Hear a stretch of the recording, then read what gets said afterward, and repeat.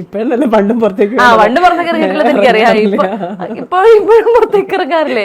ഉദ്ഘാടനങ്ങൾ കഴിഞ്ഞ ഞാൻ ഇവിടെയൊക്കെ ഞാൻ ചില സമയത്തൊക്കെ എനിക്ക് ഭയങ്കര ഹെൽത്ത് കോൺഷ്യസ് ആയിട്ടുള്ള സമയങ്ങളിൽ ചില സമയങ്ങൾ വളരെ ചുരുക്കം സമയങ്ങൾ അങ്ങനെ വരുള്ളൂ. അപ്പൊ ഞാൻ ഇവിടെ രാവിലെ ഞാനും അച്ഛനും കൂടെ ജോഗിങ്ങിനൊക്കെ പോകും. അതാണ് ആകെ ചെയ്യുന്ന പുറത്തേക്ക് ഇറങ്ങുന്നത്. അല്ല വേറെ എന്ത് ചെയ്യാനാ? ആൾക്കാർക്ക് അറിയോ ഹണി റോസ് ഇവിടെ താമസിക്കുന്ന? അറിയാം.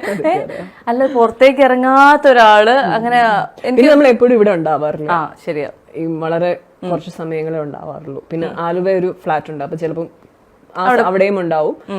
ലൊക്കേഷനിൽ വൈകി പോവാറുള്ള കുട്ടികളല്ല, കറക്റ്റ് ടൈമിൽ. നമ്മുടെ ലാലേട്ടനെ പോലാണല്ലേ വേണ്ട 2 മിനിറ്റ് മുന്നേ. അതെ, ഞങ്ങള് സമയം അവര് പറയുന്ന എക്സാക്ട് ടൈമിൽ അവിടെ ഉണ്ടാവും. അപ്പൊ ഒരു മനുഷ്യൻ വന്നിട്ടുണ്ടാവും. ചിലപ്പോൾ ഞങ്ങളായിരിക്കും ലൊക്കേഷനിൽ. ഈ മോൺസ്റ്ററിൽ അങ്ങനെ ഒരു ദിവസം ഉണ്ടായിട്ടുണ്ടോ? ഉണ്ട്, ഞങ്ങൾ പറയുകയും ചെയ്തു. എന്താണ്? ഞങ്ങൾ തന്നെയാവും രാവിലെ പോകും. അപ്പൊ യൂണിറ്റ് പോലും വന്നിട്ടുണ്ടാവില്ല. എന്നിട്ട് ലാലേട്ടന് ഹണി മാത്രമുണ്ട്? അങ്ങനെയല്ല, അദ്ദേഹം കാരണം ഈ മോൺസ്റ്റർ എന്ന് പറയുമ്പോൾ അദ്ദേഹത്തിന് കുറവായിരുന്നു, ഞങ്ങൾക്കായിരുന്നു കൂടുതലും. അപ്പൊ അദ്ദേഹം ഒരു കുറച്ചു നാളത്തെ വർക്ക് കഴിഞ്ഞിട്ട് പിന്നെ ബറോസിൽ ജോയിൻ ചെയ്തു. അപ്പം ലാൽ സാറിന് ഇപ്പൊ ഞങ്ങളുടെ ആ ടൈമിലായിരിക്കില്ല, ചിലപ്പം അത് കോമ്പിനേഷൻ അനുസരിച്ചിട്ടായിരിക്കും അദ്ദേഹത്തിന് വരിക. ലാൽ സാർ ഇപ്പൊ ഞാനൊരു തെലുങ്ക് മൂവി ചെയ്യുന്നുണ്ട്. അപ്പം ബാലകൃഷ്ണ സാർ അദ്ദേഹമൊക്കെ എനിക്ക് തോന്നുന്നു 5 മണി 4 മണിക്കൊക്കെ വാനിൽ വന്നിട്ട് കിടന്നുറങ്ങും. അത്ര നേരത്തെ അദ്ദേഹം ലൊക്കേഷനിൽ വരുന്ന ഒരാളാണ്. ബാലകൃഷ്ണ സാറിന്റെ ട്രോളുകൾ കണ്ടിട്ടുണ്ടോ എന്ന് എന്നോട് ചോദിക്കണം എന്ന് എനിക്ക് ക്വസ്റ്റ്യൻ എഴുതി തന്നിട്ടുണ്ടായിരുന്നു. കണ്ടിട്ടുണ്ടോ?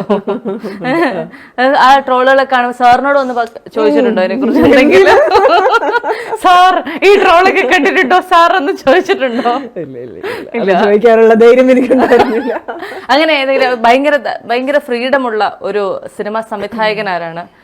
അങ്ങനെ നമുക്ക് ഭയങ്കരമായിട്ട് ഫ്രീഡത്തോടു കൂടി ഇടപെടാൻ പറ്റുന്ന, എല്ലാവരോടും ആ ഒരു ഫ്രീഡം കാണിക്കാം, പക്ഷെ അതേപോലെ റെസ്പെക്റ്റിലുമാണ് നിൽക്കാറുള്ളത്. ഞാൻ അങ്ങനെ ഒത്തിരി ഞാൻ കുറച്ച് റിസർവ്ഡ് ആയിട്ടുള്ള ആളാ.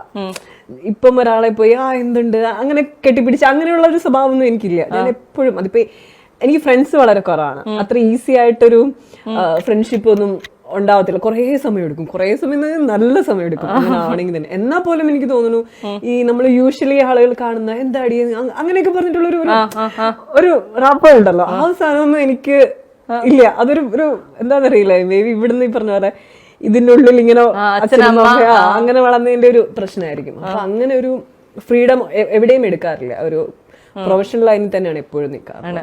കുറച്ച് പൈങ്കിളി ചോദ്യങ്ങളില്ലാതെ എന്ത് ഇന്റർവ്യൂ. അവസാനമായി ലഭിച്ച പ്രപ്പോസൽ എപ്പോഴായിരുന്നു? ഒരു പ്രപ്പോസൽ പോലും ലഭിച്ചിട്ടില്ലെന്നാണ് എന്റെ പൊന്നെ. അങ്ങനെ പറയല്ലേ. ഒന്നാമത് എനിക്ക് തോന്നുന്നു ആളുകൾക്ക് നല്ല പേടിയാണ്.